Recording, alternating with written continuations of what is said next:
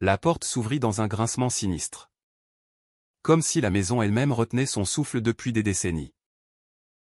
Benjamin, mon meilleur ami depuis l'enfance, me traîna à l'intérieur par le poignet. Ses yeux brillants d'une excitation forcée qui masquait mal son appréhension. Papa veut te montrer quelque chose. Alex? Quelque chose qui va tout changer. Murmura-t-il. Et en cet instant, je sentis le sol se dérober sous mes pieds. Car le regard de Mathieu, son père, posé sur nous depuis l'ombre du salon, n'était pas celui d'un hôte bienveillant, mais celui d'un homme traqué par des fantômes qu'il avait juré d'enterrer. Je n'avais jamais vu Mathieu ainsi, les épaules voûtées sous le poids d'un secret trop lourd. Ses mains tremblantes serrant un verre de vin rouge comme une encre dans la tempête. La nouvelle maison. Perchée sur les collines de Montmartre. Surplombait Paris comme un mirador solitaire. Ses murs de pierre blanche encore imprégnés de l'humidité automnale.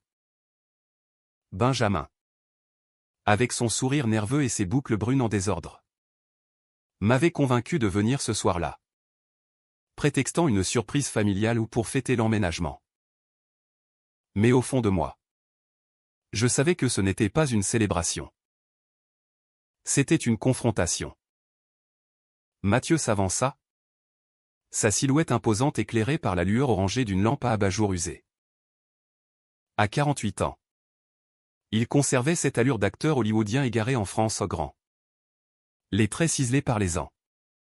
Avec une barbe poivrée, celle qui adoucissait à peine la dureté de son regard bleu acier. Il avait été architecte.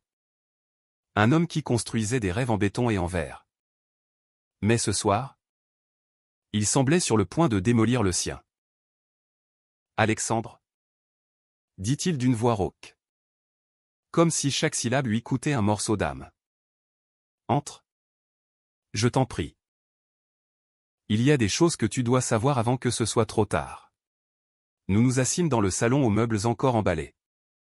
L'air chargé d'une odeur de peinture fraîche et de vieux papier. Benjamin s'agita sur le canapé, jetant des regards furtifs vers son père. Comme s'il attendait un signal pour fuir. J'avais connu Benjamin depuis nos années au lycée Henri IV, où nous avions partagé des nuits entières à fumer des cigarettes volées sur les toits de la Sorbonne. À rêver d'un Paris qui nous accepterait tels que nous étions aux deux garçons gauches. En quête d'identité dans une ville qui feignait l'ouverture mais serrait les cœurs dans un étau invisible. Benjamin, avec son rire contagieux et sa peur viscérale de l'engagement, avait toujours été mon ancre. Et Mathieu? Il n'était pour moi qu'une ombre bienveillante.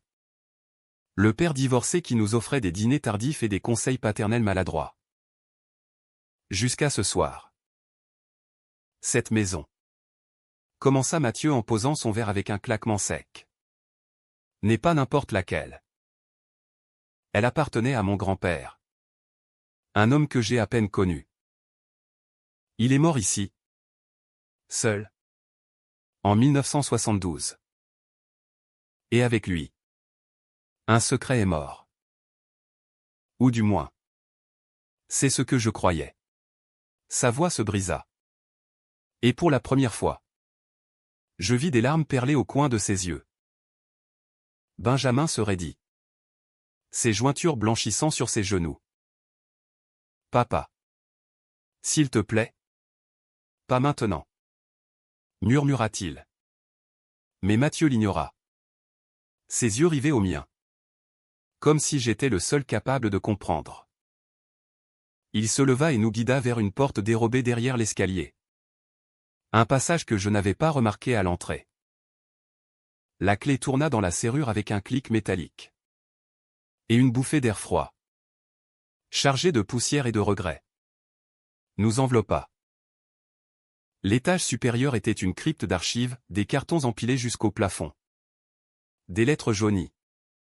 Des photos en noir et blanc éparpillées comme des feuilles mortes. Au centre, une table de bois massif supportait un album ouvert. Ses pages craquelaient révélant des portraits d'hommes jeunes. Enlacés dans des jardins oubliés. Leur sourire défiant les conventions d'une époque impitoyable. Regardez ça. dit Mathieu en désignant une photographie jaunie, 2 hommes. L'un aux cheveux sombres et ondulés. L'autre blond et élancé. Posant devant une fontaine de Versailles. Le blond. C'était lui. Mathieu. 20 ans plus tôt. Rayonnant d'une joie pure. Interdite. À ses côtés. L'autre homme. Un inconnu aux yeux verts perçants. Le tenait par la taille avec une tendresse possessive. C'était Lucien. Mon amour. Mon premier. Mon seul vrai amour. Le silence qui suivit fut assourdissant. Brisé seulement par le tic-tac lointain d'une horloge. Benjamin se leva d'un bond. Le visage blême. Qu'est-ce que tu racontes? Papa? Maman. Elle était. Sa voix s'étrangla. Et je sentis mon propre cœur se serrer comme dans un étau. J'avais toujours su que Benjamin luttait avec sa propre identité ces nuits où il me confiait ses doutes. Ses attirances confuses pour les garçons du quartier. Ses peurs d'un coming out qui briserait sa famille déjà fragile. Et maintenant? Cela? Son père. L'homme qu'il idolâtrait en silence. Révélant un passé gai enfoui sous des années de mariage hétérosexuel. De mensonges pieux et de divorce amer. Mathieu s'effondra dans un fauteuil. Les mains sur le visage. Ta mère. Benjamin. Elle savait. Elle a toujours su. Mais Lucien. Il est parti en 1995. Une nuit d'hiver. Après une dispute stupide sur notre avenir. Il m'a dit qu'il ne pouvait plus vivre dans l'ombre. Qu'il voulait une vie vraie. Pas des rendez-vous volés dans des hôtels discrets de Pigalle. J'ai essayé de le retenir. Mais il s'est envolé pour New York. Chassant ses démons dans les rues de Manhattan. Et moi? J'ai enterré tout ça. J'ai épousé ta mère pour faire taire les ragots. Pour te donner une famille normale. Mais ce secret m'a rongé. Jour après jour. Je restais figé. Le regard rivé sur la photo. Lucien avait un sourire qui me rappelait le mien. Ce sourire que je réservais à Benjamin lors de nos promenades le long de la Seine. Quand nos épaules se frôlaient par accident ou pas. Était-ce cela? Le lien invisible qui nous unissait? Une malédiction familiale. Un fil rouge de désirs inavoués? Pourquoi me le dire à moi, demandai-je enfin. Ma voix un filet ténu dans l'air lourd. Mathieu releva la tête. Ses yeux rougis rencontrant les miens avec une intensité qui me fit frissonner. Parce que tu es comme lui. Alex. Comme Lucien. Et parce que Benjamin. Il a besoin de savoir qu'il n'est pas seul. La révélation frappa comme un coup de tonnerre. Benjamin s'effondra à genoux. Des sanglots rauques secouant son corps frêle. Je m'agenouillai près de lui. Posant une main hésitante sur son épaule. Sentant pour la première fois la chaleur de sa peau sous le tissu fin de sa chemise. C'est pas vrai. C'est pas possible. Balbutia-t-il. Mais ses yeux. Quand ils se posèrent sur moi. Étaient emplis d'une vulnérabilité que je n'avais jamais vue. Mathieu nous observa en silence. Un fantôme bienveillant. Et pour la première fois.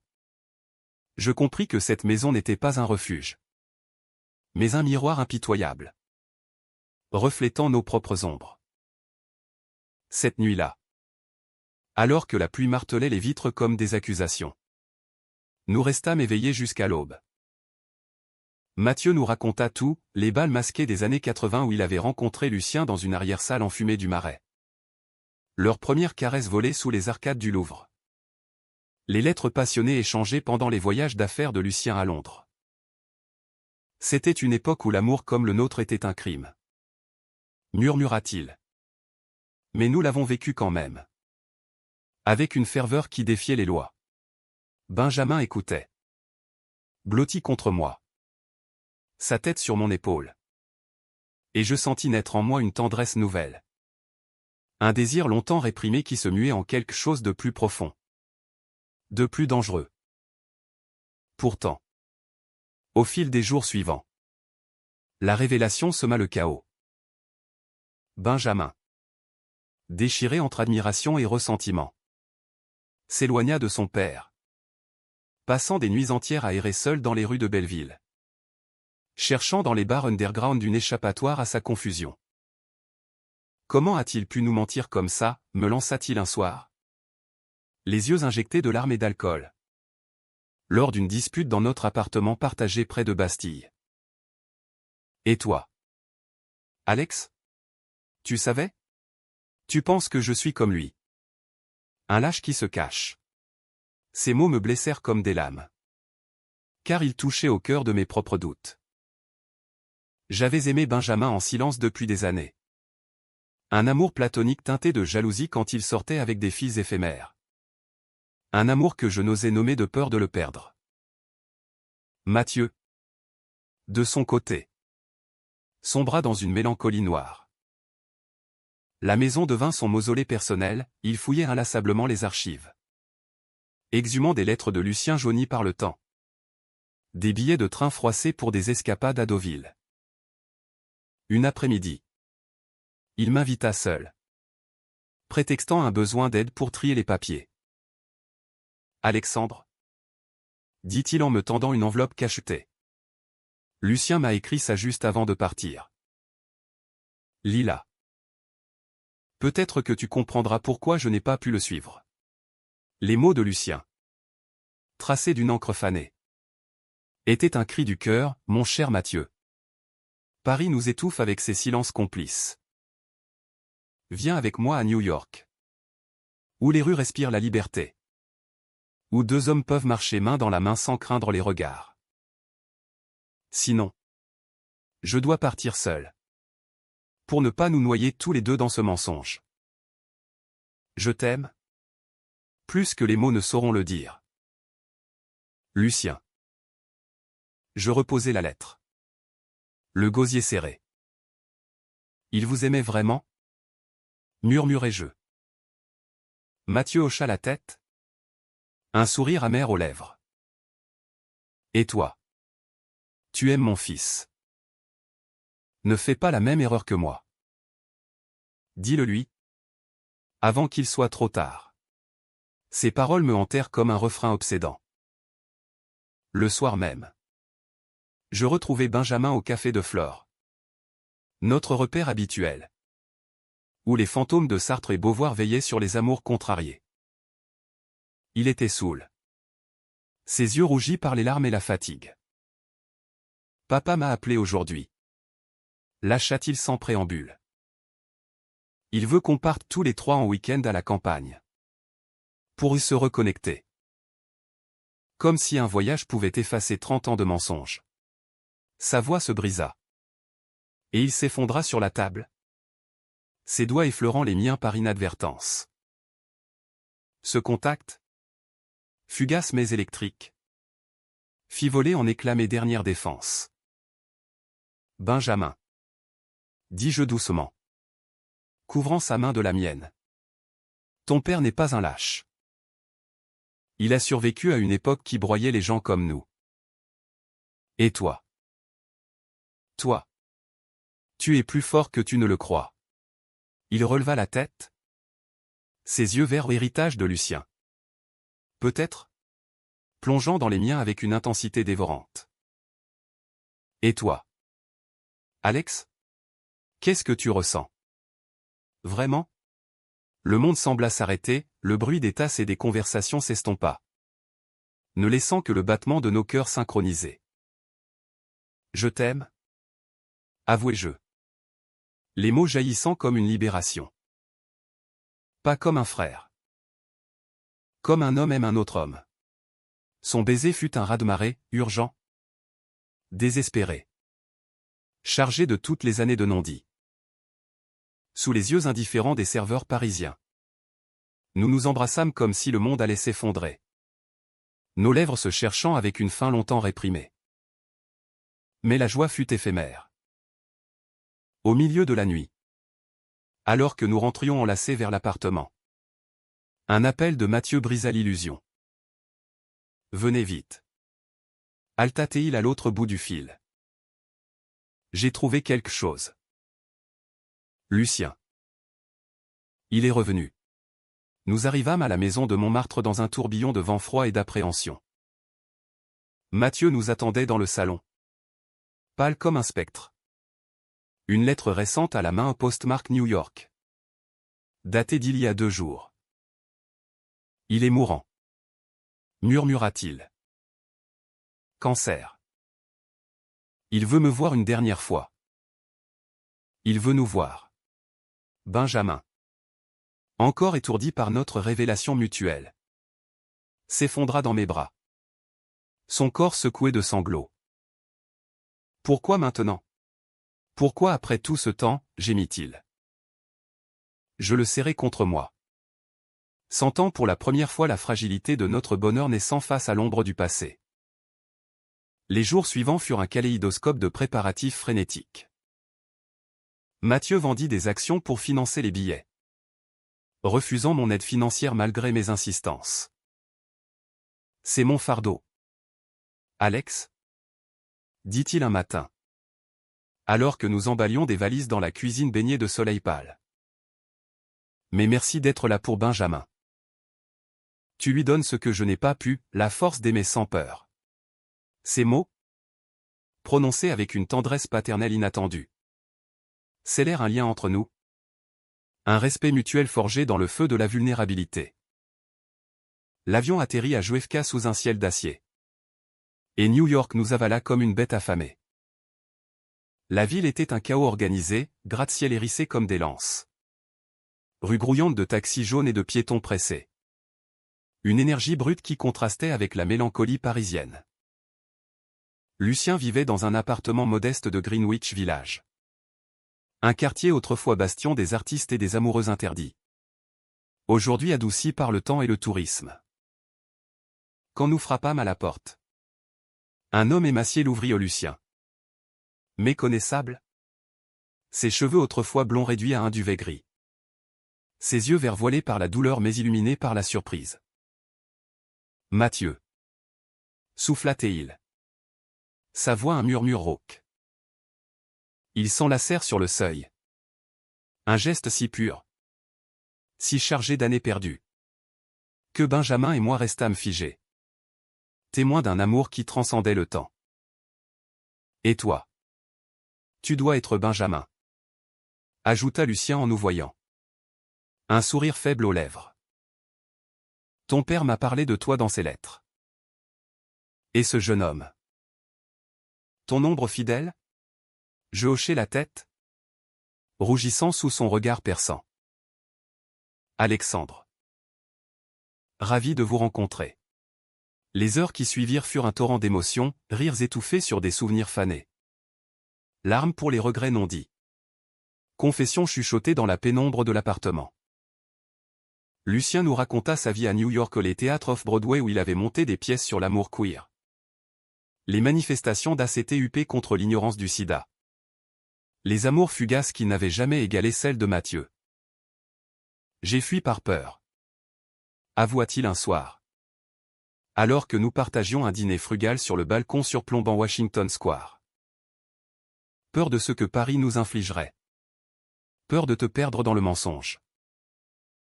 Mais je n'ai jamais cessé de t'aimer. Benjamin. Assis près de moi. Sa main dans la mienne sous la table. Écoutait avec une fascination mêlée de colère. Pourquoi n'êtes-vous pas revenu plus tôt, demanda-t-il enfin. Sa voix tremblante. Lucien le regarda longuement. Puis posa une main décharnée sur son genou. Parce que l'amour vrai n'est pas une ligne droite. Mon garçon. C'est un cercle vicieux de départ et de retour. Mais regarde-toi, tu as trouvé ton chemin avec Alex. Ne le lâche pas. Comme ton père et moi nous l'avons fait. Pourtant. Au cœur de cette réconciliation fragile. Le conflit couva. Une nuit. Alors que Mathieu veillait au chevet de Lucien. Benjamin et moi nous promenâmes dans les rues animées de Soho, cherchant un répit dans l'anonymat urbain. C'est trop, confia-t-il, s'arrêtant sous un néon clignotant d'un bar gay. Voir papa comme ça. Vulnérable. Amoureux. Ça me terrifie. Et si notre histoire finit pareil? Et si je te perds? Ces mots, prononcés dans l'ombre protectrice de la ville, ravivèrent mes propres peurs. On ne finira pas comme eux, répondis-je fermement, l'attirant contre moi pour un baiser passionné. Nos corps se moulant dans la nuit new-yorkaise comme s'ils avaient été taillés l'un pour l'autre. Mais le destin, cruel comme un scénariste hollywoodien, en décida autrement. Le lendemain, une dispute éclata. Mathieu, rongé par la culpabilité, accusa Lucien d'avoir abandonné leur amour pour une vie d'illusion à New York. Tu m'as laissé pourrir en France, à feindre une normalité qui m'a tué à petit feu, hurla-t-il, sa voix résonnant dans l'appartement exigu. Lucien, affaibli, riposta d'une voix brisée. Et toi? Tu es resté. Tu as choisi la sécurité. Le mariage? Le fils. Ne me blâme pas pour tes chaînes. Benjamin, témoin de cette trahison viscérale, s'effondra, me repoussant quand j'essayais de le consoler. C'est ça. L'amour? Une série de coups de poignard, cria-t-il avant de claquer la porte, fuyant dans les rues pluvieuses de Manhattan. Je le poursuivis, le cœur battant, à travers le labyrinthe de la ville qui ne dort jamais. Je le trouvai enfin sur un banc de Central Park, trempé et tremblant, les bras autour de ses genoux. Ne me touche pas, sanglota-t-il quand je m'approchai. Tout ça, c'est un poison. Papa a menti à maman. À moi. À Lucien. Et si je fais pareil avec toi? Ces mots me transpercèrent. Mais au lieu de reculer, je m'assis près de lui, laissant la pluie nous laver de nos doutes. L'amour n'est pas parfait, Benjamin. C'est laid. C'est douloureux. Mais c'est aussi ce qui nous rend humains. Ton père a fait des erreurs. Mais il t'a aimé assez pour te dire la vérité. Et moi? Je t'aime assez pour affronter ça avec toi. Il se tourna vers moi, ses yeux fous de désespoir. Et dans ce regard, je vis le reflet de Lucien et Mathieu, un amour hanté mais indéfectible. Lentement, il se blottit contre moi. Et nous restâmes là, sous l'averse, à pleurer pour les passés brisés et les futurs incertains. Cette nuit marqua le point culminant de notre tourmente, la trahison du silence familial. Le conflit des identités niées. La révélation brutale que l'amour queer, en France ou à New York, était un combat perpétuel contre les ombres intérieures. Lucien s'éteignit 2 jours plus tard, dans une chambre d'hôpital anonyme de Brooklyn, entouré de ses 3 visiteurs improbables. Mathieu tint sa main jusqu'au bout, murmurant des promesses de retrouvailles dans un au-delà sans préjugés. Benjamin, brisé mais transformé, prononça un adieu larmoyant, reconnaissant en cet homme l'écho de ses propres luttes. Et moi? Je restais en retrait, soutenant Benjamin d'un regard, sentant que notre lien, forgé dans le feu de cette épreuve, était désormais incassable. De retour à Paris, la maison de Montmartre devint un sanctuaire de guérison. Mathieu, veuf de son secret, entreprit de transformer l'étage des archives en un espace communautaire, un centre pour les jeunes LGBTQ+ du quartier, où les histoires comme la sienne pourraient être partagées sans honte. C'est pour Lucien, dit-il un après-midi, alors que Benjamin et moi l'aidions à peindre les murs en bleu ciel. Et pour vous deux. Pour que personne n'ait à enterrer son cœur. Benjamin et moi. Nous nous installâmes dans l'appartement de Bastille. Nos nuits remplies de rires timides et de caresses exploratrices. Apprenant à naviguer l'amour avec la maladresse touchante des débutants. Il y eut des disputes sur les jalousies résiduelles. Sur les peurs d'un coming out public, mais chaque crise nous rapprochait. Nous rendant plus forts. Plus vrais. Un soir d'été.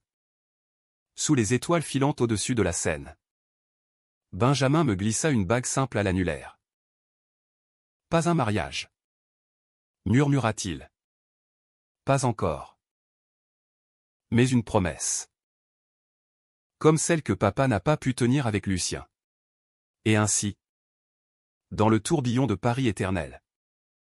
Notre histoire s'inscrivit dans le tissu humain de la ville, un fil d'émotions brutes. De romances défendues. De trahisons pardonnées. Mathieu nous regardait grandir. Un sourire serein aux lèvres.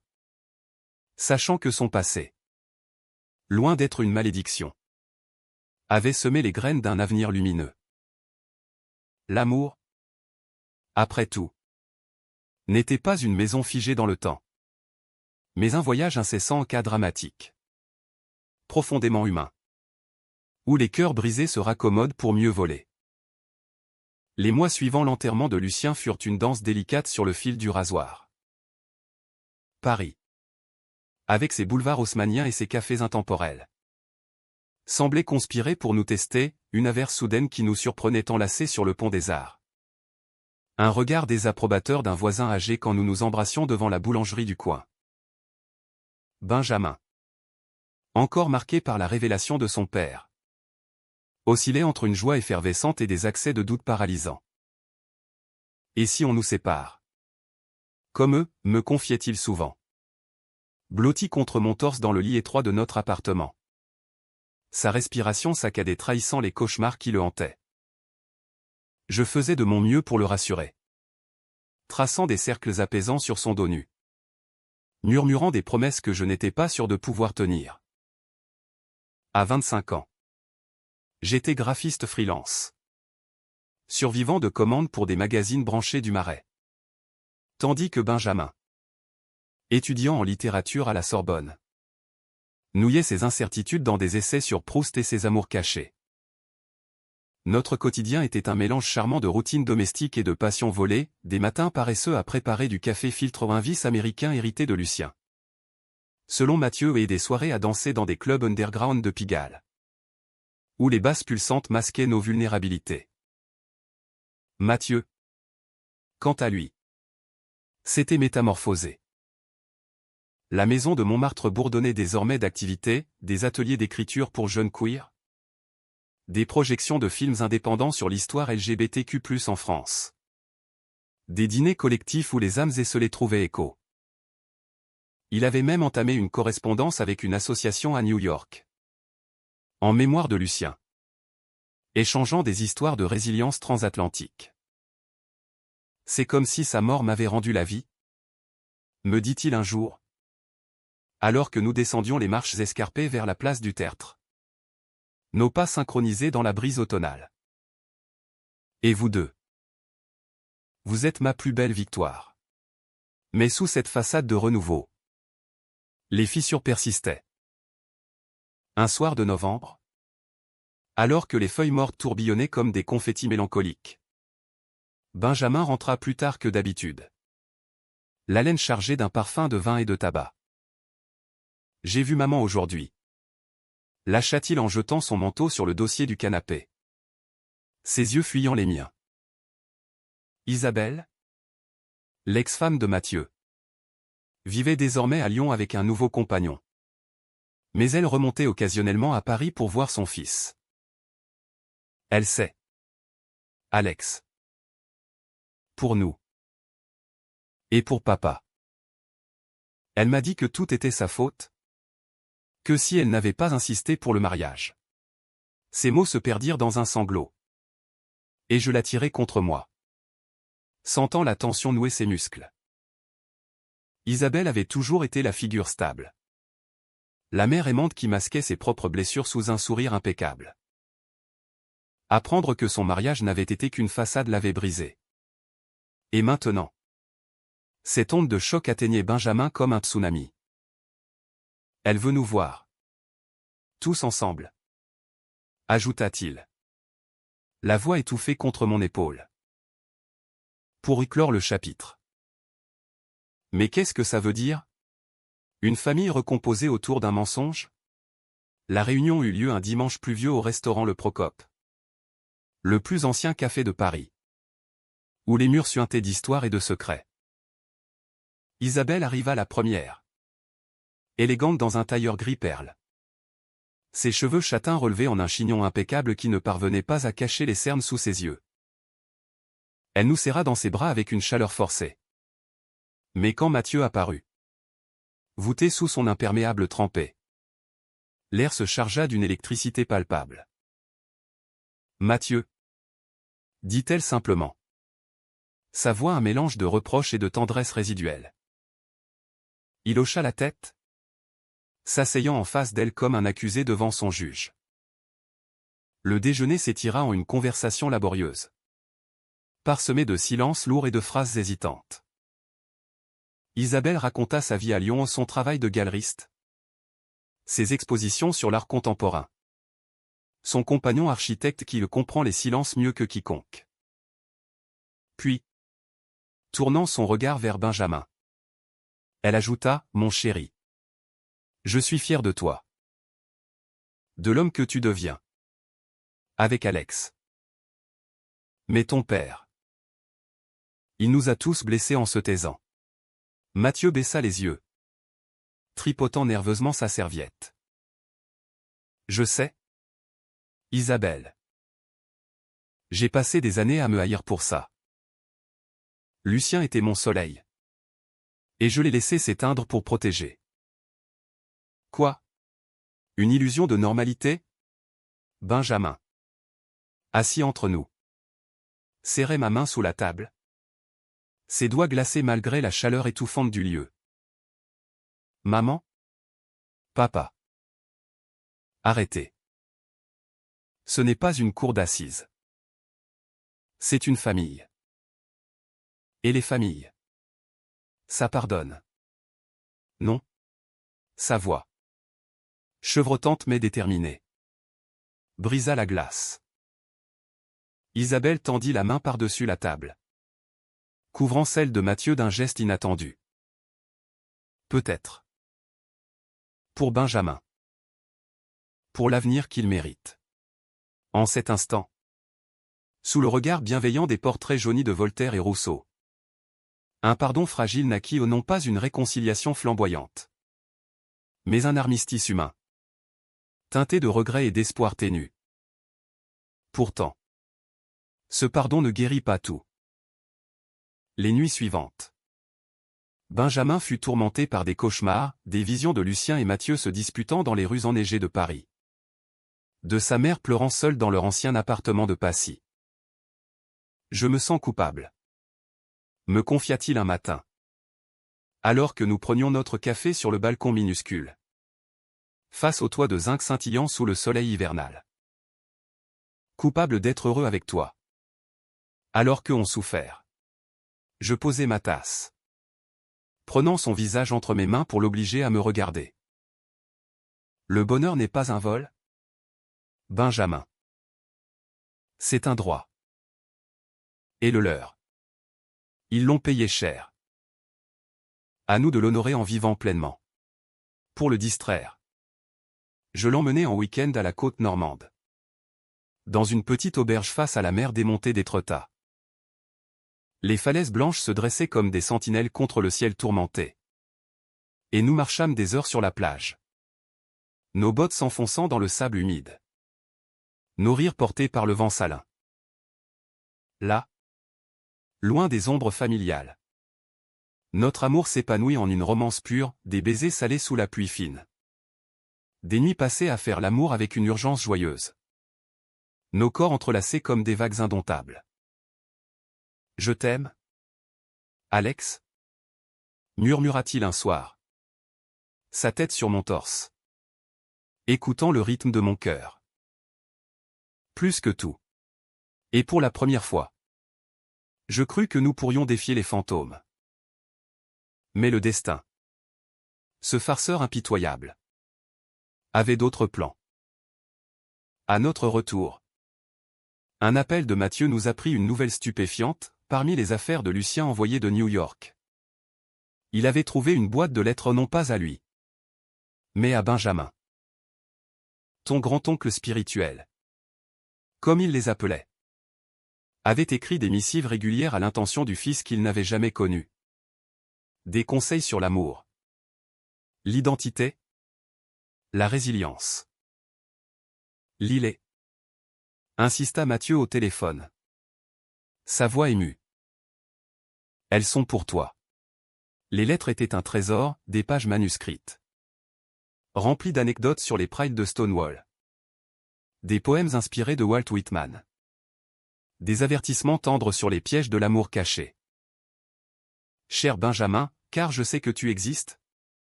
Fruit de l'amour compliqué de Mathieu. N'aie pas peur de ton cœur. Il est ton guide le plus fidèle. Benjamin les dévora en une nuit. Des larmes coulant sur le papier fin. Et au matin, il me serra dans ses bras avec une ferveur renouvelée. Lucien m'a sauvé. Alex.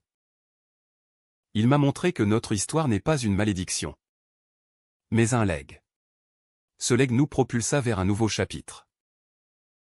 Mathieu organisa une commémoration pour Lucien au centre de Montmartre, invitant la communauté parisienne à partager des témoignages. Benjamin prit la parole. Sa voix ferme malgré l'émotion, mon père m'a appris la vérité. Lucien m'a appris le courage. Et Alex, il m'apprend l'amour. La salle, bondée de visages divers jeunes militants tatoués, aînés aux histoires gravées dans les rides, applaudit debout. Un cœur d'approbation qui scella notre place dans cette tapisserie humaine. Pourtant, le conflit n'était pas éteint.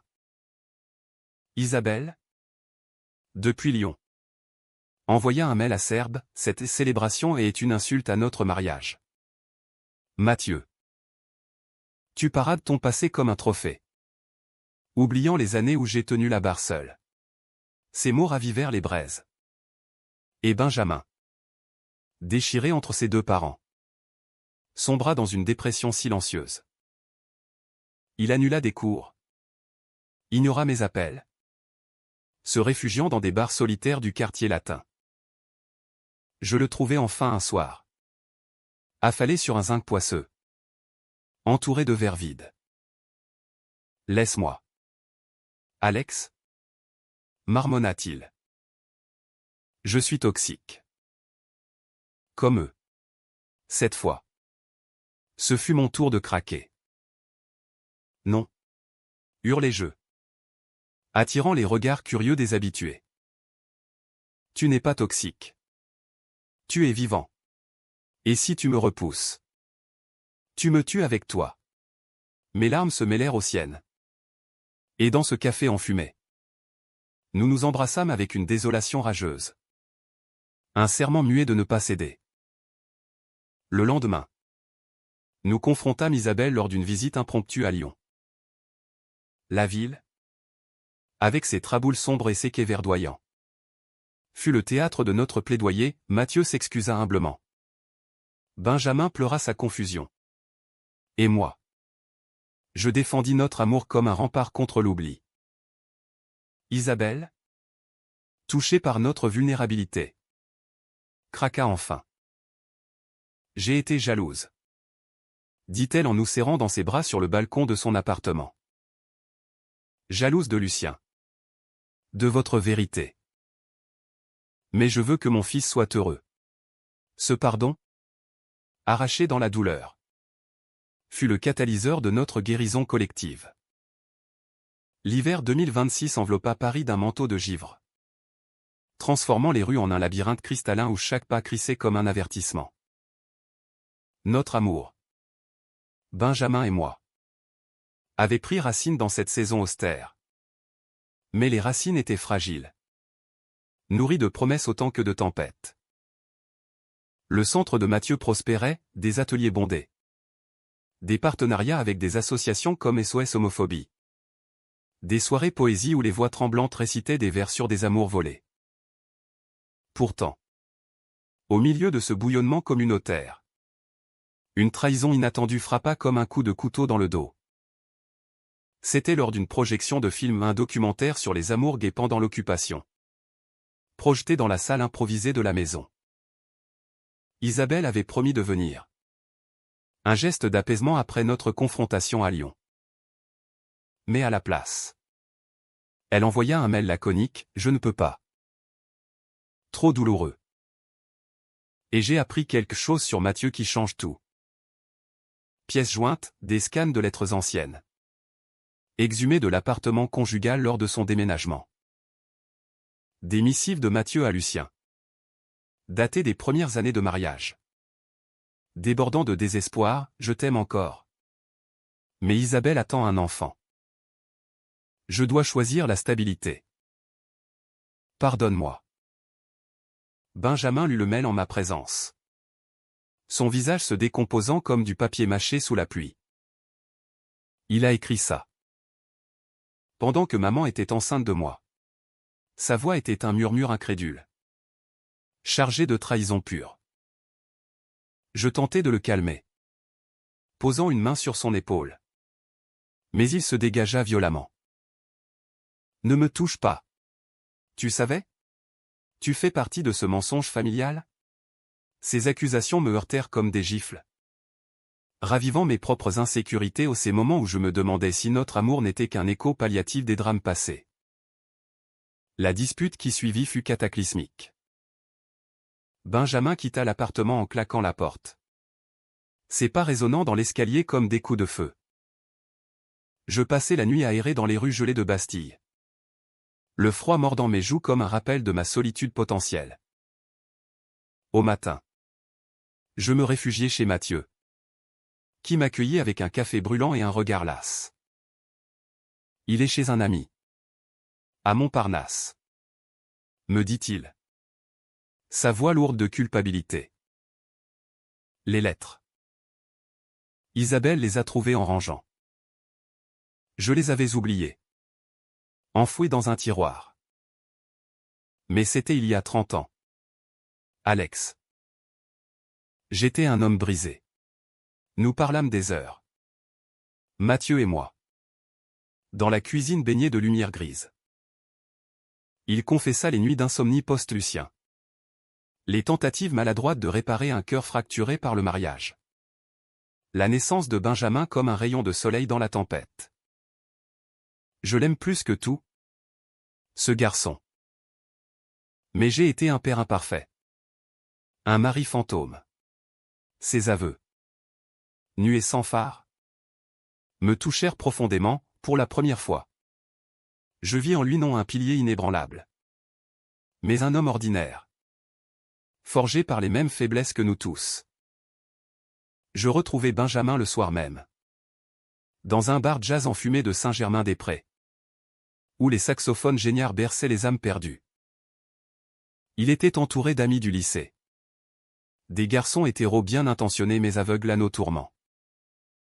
Quand il me vit, son expression passa de la surprise à la colère, puis à une vulnérabilité poignante. « Pourquoi es-tu venu ?» demanda-t-il. Sa voix noyée dans le whisky. Je m'assis près de lui, ignorant les regards curieux. « Parce que je t'aime. Idiot. Et parce que ces lettres ne changent rien à qui tu es. À qui nous sommes. » Il éclata en sanglots, se jetant dans mes bras au milieu du bar. Indifférent au murmure. J'ai peur. Alex. Peur que notre amour soit maudit. Comme le leur. Nous sortîmes dans la nuit. Marchant bras dessus bras dessous le long de la Seine gelée. Nos haleines formant des nuages éphémères. Là, sous les arches du Pont-Neuf. Je lui racontai ma propre trahison enfouie, une nuit d'adolescence où j'avais nié mon attirance pour un camarade de classe. Par peur du rejet familial. Nous portons tous des cicatrices. Benjamin. Mais ensemble, nous pouvons les transformer en tatouages d'honneur. Cette confession opéra un virage. Le lendemain, Benjamin confronta son père dans la maison de Montmartre. Les lettres en main comme des munitions. Pourquoi? Papa? Pourquoi m'as-tu fait naître dans un mensonge? Hurla-t-il. Sa voix ricochant sur les murs nus. Mathieu, acculé contre le manteau de la cheminée, ne se défendit pas. Pour te donner une chance. Fiston. Une chance que je n'ai pas eue. Mais j'ai merdé. Et je le paie chaque jour. Au lieu de fuir, Benjamin s'avança, serrant son père dans une étreinte rageuse. Je te pardonne. Mais ne mens plus. Jamais. Isabelle, informée par un appel tendu, accepta une médiation téléphonique. J'ai été égoïste aussi. Admis-elle. Sa voix craquelée par les larmes. J'ai fermé les yeux sur ton secret pour garder la famille intacte.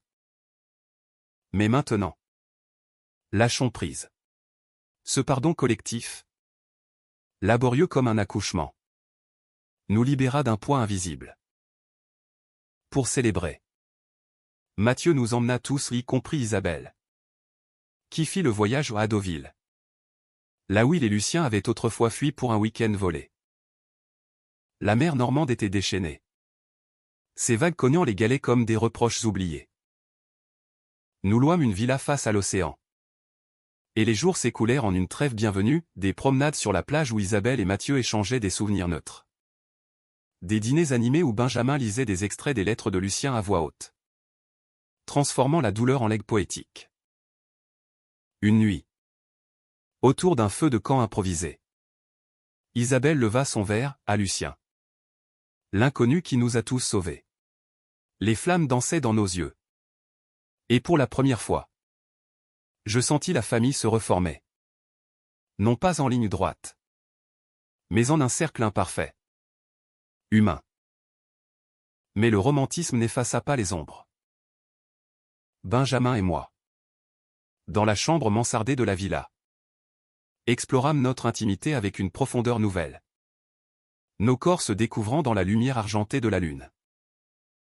Tu es mon encre, murmura-t-il après l'amour, sa tête nichée dans le creux de mon épaule.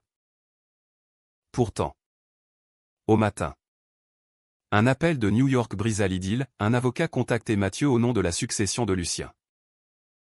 Il voulait quelque chose, dit la voix impersonnelle. Une maison à Brooklyn. Et une lettre pour Benjamin. La révélation fut un choc doux amer. La maison à un brownstone victorien dans Brooklyn Heights était le refuge où Lucien avait écrit ses missives inachevées. Un sanctuaire d'art et de souvenirs. Il voulait que vous l'ayez, expliqua l'avocat lors d'un appel vidéo. Pour que l'histoire continue. Benjamin, les yeux brillants, serra ma main. On y va? Pour voir d'où vient notre force? J'acquiesçai, sentant l'appel du destin nous tirer à nouveau vers l'Atlantique. Le voyage fut une odyssée émotive. Atterrissant à Juevka sous un ciel printanier, nous louâmes une voiture pour Brooklyn. Les rues bordées de cerisiers en fleurs contrastant avec la lourdeur de nos cœurs. La maison était un joyau délabré, murs crème écaillés. Jardin envahi de lierre, mais imprégné d'une âme palpable. À l'intérieur, des toiles inachevées de Lucien, portraits abstraits d'amants enlacés ornaient les murs. Et dans le grenier, une malle pleine de journaux intimes. Benjamin s'assit sur le plancher poussiéreux, lisant à voix haute, chaque ligne que j'écris est un pont vers Paris. Vers Mathieu. Vers l'amour que nous avons perdu. Cette immersion dans le passé de Lucien raviva notre flamme. Nous passâmes des jours à restaurer la maison, peignant les murs d'un bleu Lucien bleu, plantant des rosiers dans le jardin. Les nuits étaient des symphonies de tendresse, des dîners aux chandelles sur le toit, avec vue sur Manhattan scintillant. Des étreintes lentes sous les draps usés, où Benjamin murmurait des promesses éternelles.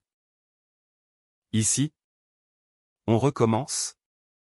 dit-il un soir. Nos corps entrelacés face à l'Hudson. Pas de fantômes. Juste nous. Pourtant. La trahison couvait encore. Un voisin. Un vieil artiste qui avait connu Lucien. Nous confia une anecdote, il revenait souvent à Paris en secret. Vous savez. Pour surveiller Mathieu de loin. Une fois. Il vous a vu? Benjamin. Enfant? Jouer au Luxembourg. Il a pleuré toute la nuit. Cette révélation a un amour non pas abandonné.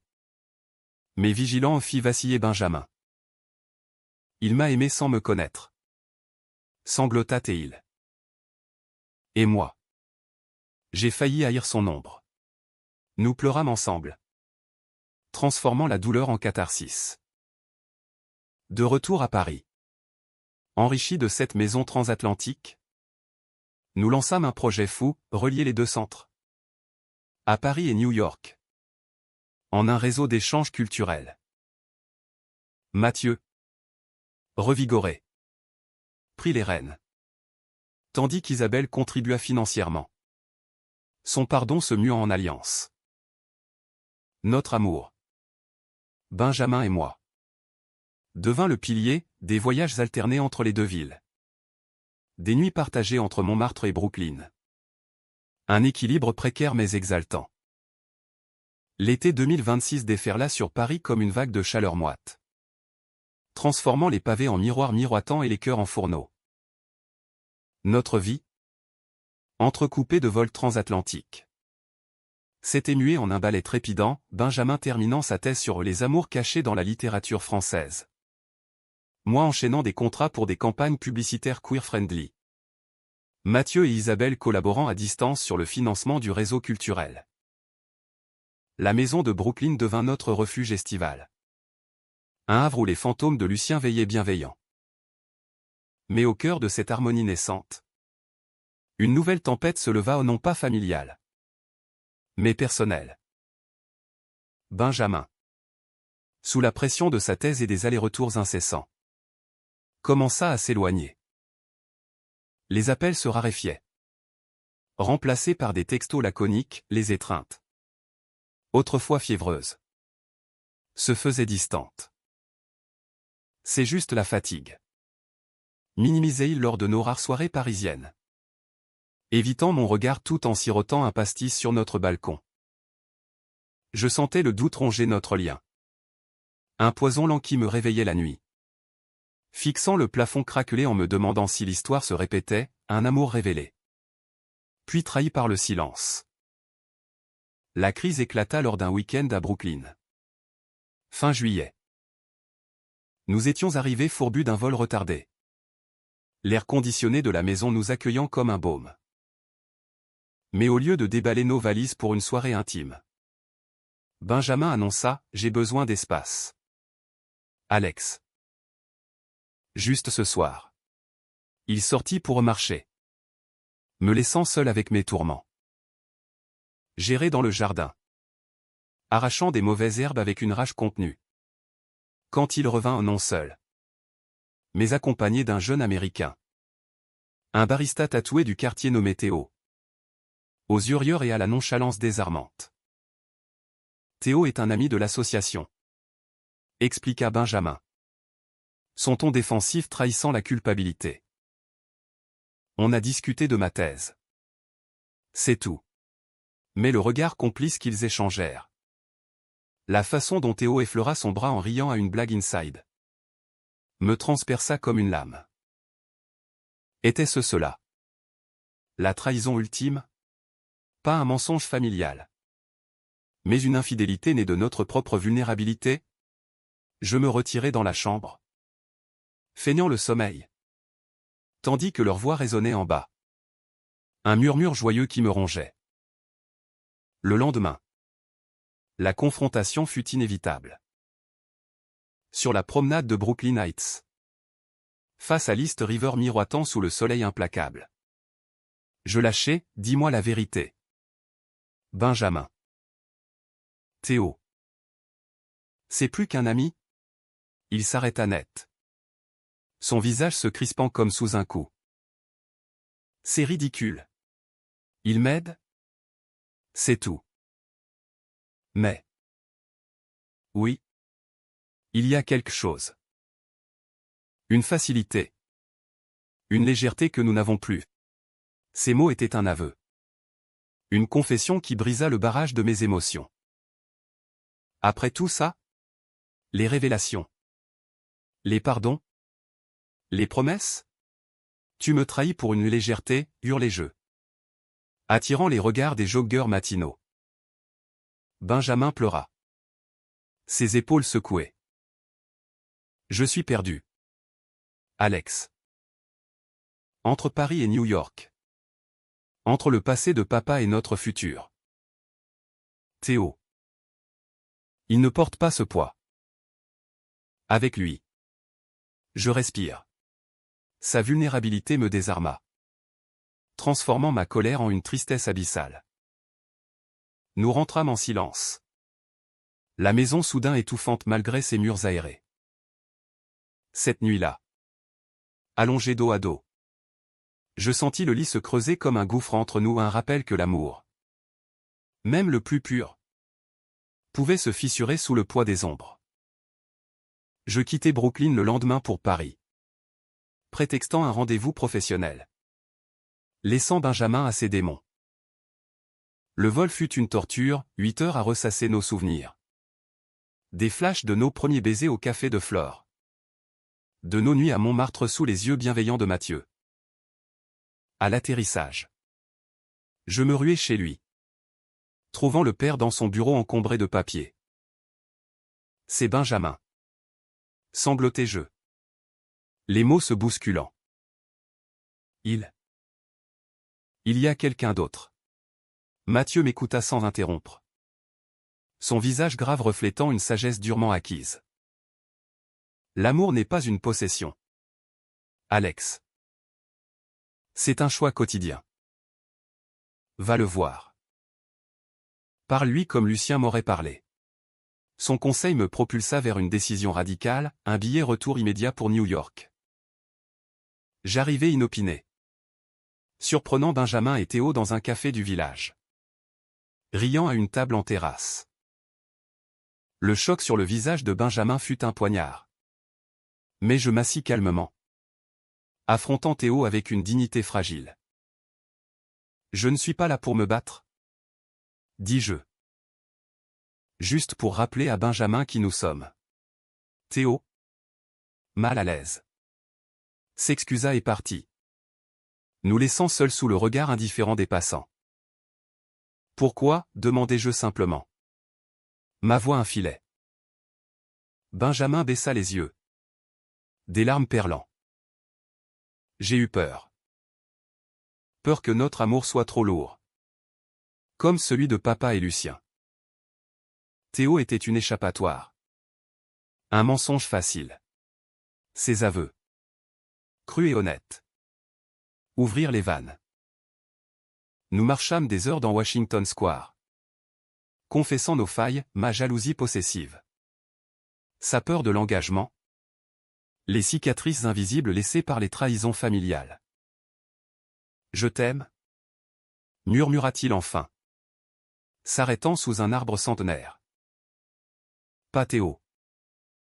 Toi. Toujours toi. Notre réconciliation fut ardente, un baiser fiévreux au milieu du parc. Indifférent au regard. Suivi d'une nuit de retrouvailles passionnées dans la maison de Brooklyn. Nos corps, séparés par la distance et le doute, se redécouvrirent avec une urgence renouvelée. Chaque caresse un serment de fidélité. Au matin, enlacés dans les draps froissés, Benjamin proposa, et si on vivait ici? À mi-temps? Une base à New York. Pour équilibrer. J'acquiesçai, voyant dans cette idée un pont entre nos mondes. Pourtant, la trahison n'était pas effacée sans séquelles. De retour à Paris, nous consultâmes un thérapeute spécialisé en couple queer, un homme bourru du Marais nommé Henri, qui nous força à disséquer nos peurs. L'amour romantique est humain parce qu'il est imparfait, nous dit-il lors d'une séance pluvieuse. Apprenez à pardonner. Comme Mathieu a pardonné à Lucien. Ces mots nous guidèrent vers une intimité plus profonde, où les vulnérabilités devenaient force. Mathieu, apprenant l'incident par un appel prudent, réagit avec une sagesse surprenante. J'ai trahi Isabelle par omission. Toi par infidélité potentielle. Benjamin. Mais regarde-nous, on survit. Il nous invita à un dîner familial élargi, incluant Isabelle et même un couple d'amis de Lucien contactés via l'association new-yorkaise. Autour de la table de Montmartre. Sous les rires et les toasts, la trahison se dilua en leçons, l'amour n'était pas absence de faille, mais capacité à rebâtir sur les ruines. L'automne apporta un cadeau inattendu, la naissance d'un projet commun. Inspiré par les lettres de Lucien, Benjamin et moi lançâmes un podcast écho oublié. Des interviews avec des amoureux queer d'hier et d'aujourd'hui, reliant Paris à New York en ondes invisibles. Le premier épisode, enregistré dans la maison de Brooklyn, fut un succès, la voix de Mathieu racontant sa rencontre avec Lucien, entrecoupée de témoignages d'Isabelle sur le pardon. C'est notre héritage, dit Benjamin en coupant le micro, ses yeux brillants posés sur moi. Mais le climax approchait. Lors d'une Pride à Paris, en pleine effervescence des rues du Marais, Benjamin monta sur scène pour un discours impromptu. Mon père m'a appris le secret. Lucien le courage. Alex le pardon. Et aujourd'hui, je choisis l'amour ouvert. La foule rugit, et je le rejoignis sur scène, nos mains liées sous les confettis arc-en-ciel. Ce moment, cathartique, balaya les dernières ombres, nous propulsant vers une maturité partagée. L'hiver revint. Plus doux cette fois, enveloppant Paris d'une neige rare qui transforma la ville en un conte de fées éphémère. Notre vie, tissée de trajets binationaux et de projets florissants, avait atteint une stabilité précaire à un équilibre où l'amour romantique se mêlait à une amitié profonde, où les trahisons passaient fertiliser un sol fertile pour la croissance. Le podcast L'écho oublié explosa en popularité, invitant des figures comme un activiste d'ACTUP ou une romancière lesbienne française, reliant les générations dans un dialogue poignant. Benjamin, diplômé avec mention pour sa thèse, accepta un poste d'enseignant à la NYU pour l'année scolaire, tandis que je développais une ligne de graphismes inspirée de nos voyages, vendus dans des galeries de Brooklyn et du Marais. Mathieu et Isabelle, dans une évolution stupéfiante, entamèrent une amitié inattendue, des cafés à Lyon où ils discutaient architecture et regrets, des voyages conjoints à Deauville pour honorer les souvenirs. Nous n'avons pas pu nous aimer comme amants, confia Isabelle lors d'un appel groupé. Mais comme humains. Oui. Leur lien, forgé dans le feu du pardon, devint un modèle pour nous et une preuve que les cœurs brisés pouvaient se recoudre en mosaïque plus belle. Pourtant, le dénouement de notre saga ne fut pas sans un dernier soubresaut dramatique. Au printemps 2027, lors d'une visite à la maison de Brooklyn, nous découvrîmes une lettre finale de Lucien, cachée dans une latte du plancher, adressée à Mathieu, mais avec une note pour Benjamin et moi. Si vous lisez ceci, c'est que le temps a fait son œuvre. Mathieu, pardonne-moi mes fuites, j'ai aimé pour nous deux.